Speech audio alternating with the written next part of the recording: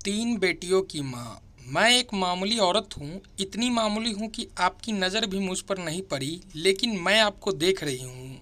आप अपनी बीवी के साथ डॉक्टर के यहाँ जा रहे हैं, उसकी कोख में लड़की या लड़का यह जानने के लिए। असल में आप अपनी लड़की की हत्या करना चाहते हैं, कोख में ही। आपको यह ख्याल भी नहीं आ सकता कि जिस सड़क से आप जा रहे हैं उसे मैंने बनाया है। मैंने यहाँ रोड़ियाँ बिछाई हैं और फिर उन्हें दुर्मुट से कूटा है। मेरी छोटी बेटी तब यहाँ किनारे पर उगी झाड़ियों में उगती रहती थी। मेरी तीन बेटियाँ हैं। मेरा आदमी कहता था कि अगर बेटा नहीं हुआ तो मुझे छोड़ देगा। उसने कहने के लिए मुझे छोड़ भी दिया, पर अब भी पका पकाया खाने के लिए जब तब आ जाता है। चिकनी चुपड़ी बातें भी करता है, मैं सब समझती हूँ। फिर सोचती हूँ चलो मेरे बेटियों का बाप है। कमाल है, जिन बेटियों से वह छुट्टी चाहता था उन्हीं बेटियों के नाम की थाली में उसे परोस देती हूँ। वह समझता है बेटियाँ बोझ है। मेरी तीन बेटियाँ सावली हैं, उनकी काली आंखें हैं, बड़ी बड़ी पके जामुनों जैसे और हाथ बड़े फुर्तीले हैं। खूब काम करती है, मेरी ही तरह वे तरह तरह के धंधे पीटेंगी, पर फिर भी उनके होने से मुझे बड़ी तसल्ली है।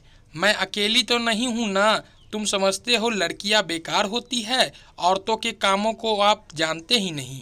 अरे देखो, मैंने सड़क बनाई, धान की रोपाई की, कपास चुना, कपड़े की फैक्ट्री में रीलिंग की, आलू खोदे, तीन तीन बेटियों को जन्म दिया, पाला पोसा। क्या मैं बेकार हूँ?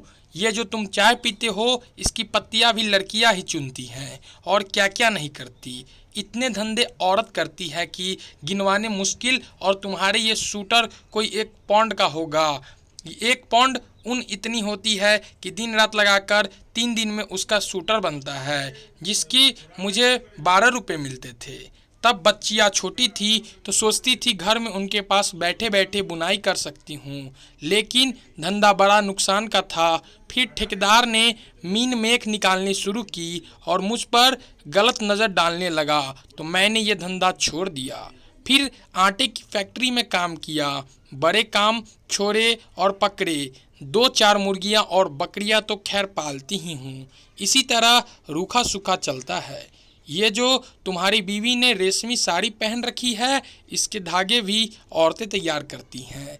कीड़े पालती हैं, मुश्किल काम है। जांघ में घाव हो जाते हैं, धान की रोपनी में भी पैरों में खारवे हो जाते हैं, और कमर झुके झुके टूट जाती है। मुझ पर पैसे होते तो अपनी लड़कियों को पढ़ाती लिखाती, उन्हें मास्टरनी बनाती या डॉक्टरनी। तुम खुद पढ़े लिखे हो, पैसे वाले भी दिखते हो। तुम लड़की का गर्व क्यों गिरवाना चाहते हो? तुम समझते हो तुम्हारी लड़की कोई काम नहीं कर सकती?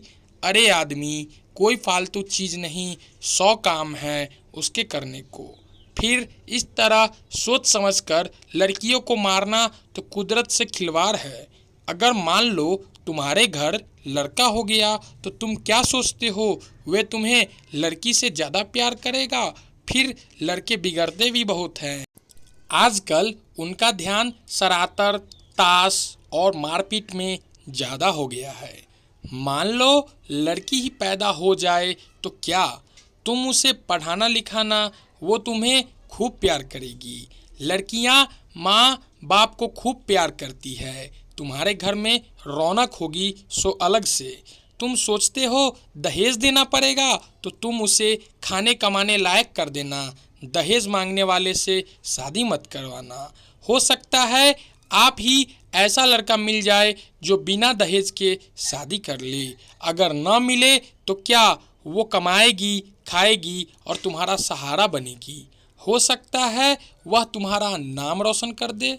तुम्हारे लिए क्या पैसा ही सब कुछ हो गया है, या दुनिया का डर अपनी बेटी से भी बड़ा हो गया है? आखिर तुम अपनी बेटी को प्यार तो कर ही सकते हो, और बेटी भी तुम्हें प्यार कर सकती है।